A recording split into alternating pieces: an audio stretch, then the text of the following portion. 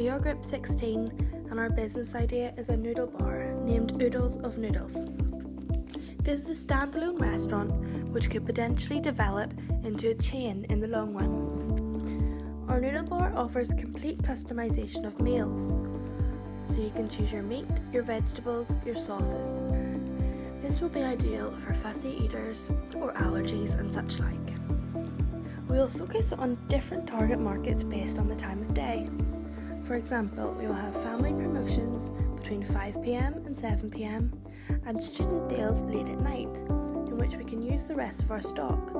This will reduce our wastage of stock. As a market research, I have used SWOT analysis to give an idea of market we are going to enter. The SWOT analysis is to determine the strengths, weaknesses, opportunities and threats a specific industry or company must face. The restaurants that serve noodle-based dishes must deal with these issues before they can achieve their maximum potential. Strengths. One of the strengths of noodle industry lies in its diversity. High-end gourmet dishes found in trendy Asian fusion restaurants. Noodle function as a staple for diners of all races, ages and income levels. Noodle dishes can also include a wide range of meats, vegetables and sauces for special diets.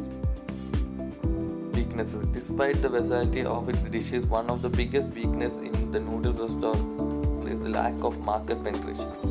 One main problem is overcoming the existing competitors like Hungry Sumo, Wagamama, Walkway and Bar Soap.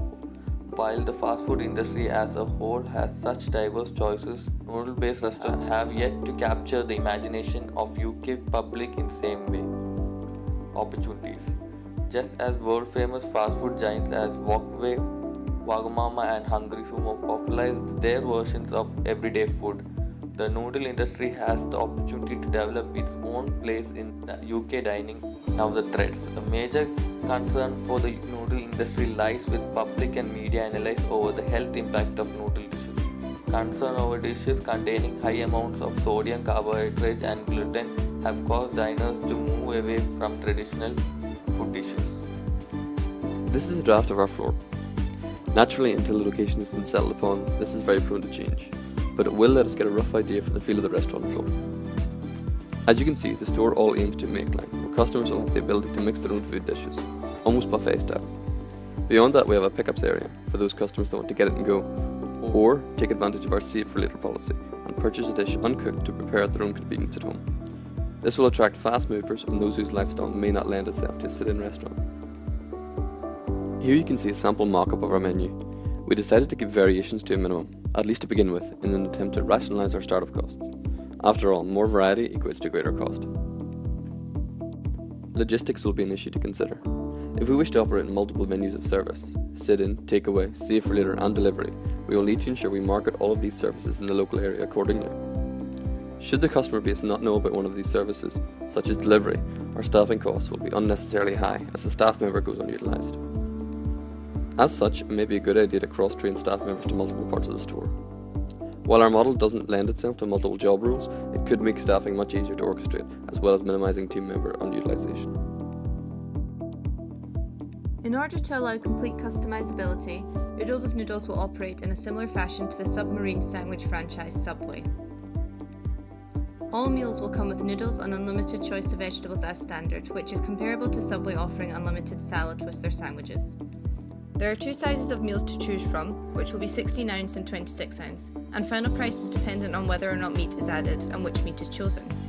We have currently costed the vegetarian noodles at $4.75 for the smaller and $5.25 for the larger meal.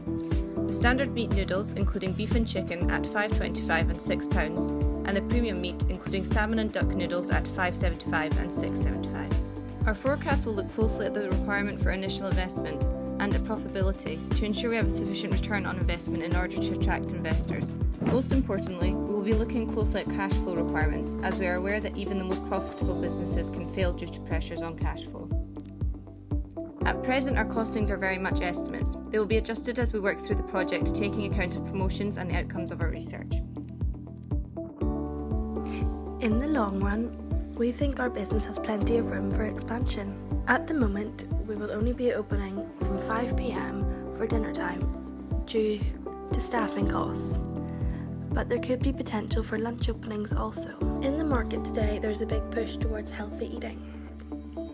And due to our customizability of our meals, we can push healthy eating and make sure we can avoid any allergies and accommodate fussy eaters.